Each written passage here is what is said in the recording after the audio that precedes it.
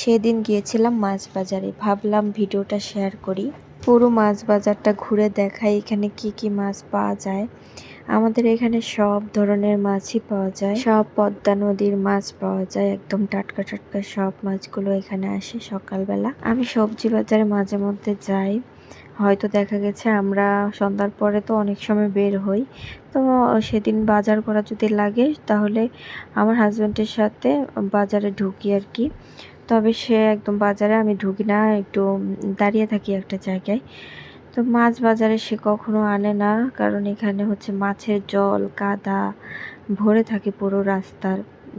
এই জন্য বলে যে ওখানে হচ্ছে তুমি যেতে পারবে না, এই যে রাস্তার অবস্থা দেখুন মাছের জলে ভরা। তবে আমার ইচ্ছে আমি মাছ বাজারে যাব, তো সেজন্য আসলাম। তো সেদিন হচ্ছে ফ্রাইডে ছিল, সে বলছে চলো তাহলে, তুমি প্রায় সময় বলো মাছ বাজারে যাওয়ার জন্য। তো আমিও চলে এলাম। তো আমরা এই যে মাছ নিয়েছি, মাছগুলো কিছু মাছ হচ্ছে কাটিয়ে নিয়ে আসা হয়েছে, আর এখানে নেওয়া হয়েছিল কালীবাউস মাছ। ওইটা অনেক বিশাল বড় ছিল। এদিকে আবার আন্টি এসেছিল, আমাদের বিল্ডিং এ হচ্ছে একজনে সিংহাসন বসাচ্ছিল, তো আন্টির আত্মীয় হয়, আন্টিকে নিমন্ত্রণ করেছিল, তো সেজন্য আমাকে দেখতে এসেছে। বাসায় আস্তে আস্তে প্রায় তখন 1টা বাজে। ফ্রাইডে হলে কি হবে, আমাদের দোকানের কাজ চলছিল, তো আমি বাসায় এসে পড়েছি মাছ নিয়ে, আর নাথবাবু দোকানে চলে গেছে। এদিকে আমি কাজ করছি আর মামুনি হচ্ছে ঘুমিয়ে পড়েছে।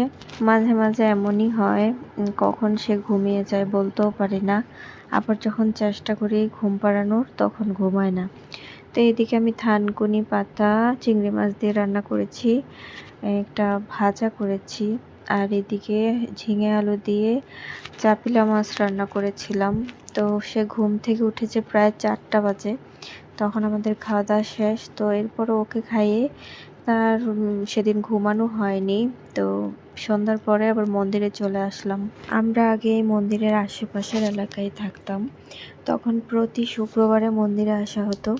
এখন যেহেতু একটু দূরে চলে গিয়েছি, তা এখন খুব কমই আসা হয়, তবে চেষ্টা করি মাঝে মধ্যে এসে ভগবানের দর্শন নেয়ার। তো এদিকে পিতলের জিনিসগুলো দেখছিলাম, আসনের ঘন্টাটা একটু পুরনো হয়ে গেছে, তাই একটা নিয়ে নিয়েছি। তো রাতে এসে আমার জন্য চাপটি করে নিলাম একটা, আমি আর ভাত খাবো না রাতে, একটা চাপটি করে নিয়েছি আর একটু তরকারি নিয়ে নিয়েছি, আর ওরা বাবা মেয়ে ভাত খেয়ে নেবে। তো এই ছিল আমার ভিডিও, এভাবেই চলছে জীবন। তো আপনাদের ভিডিও কেমন লাগলো অবশ্যই জানাবেন। Tata, thanks for watching.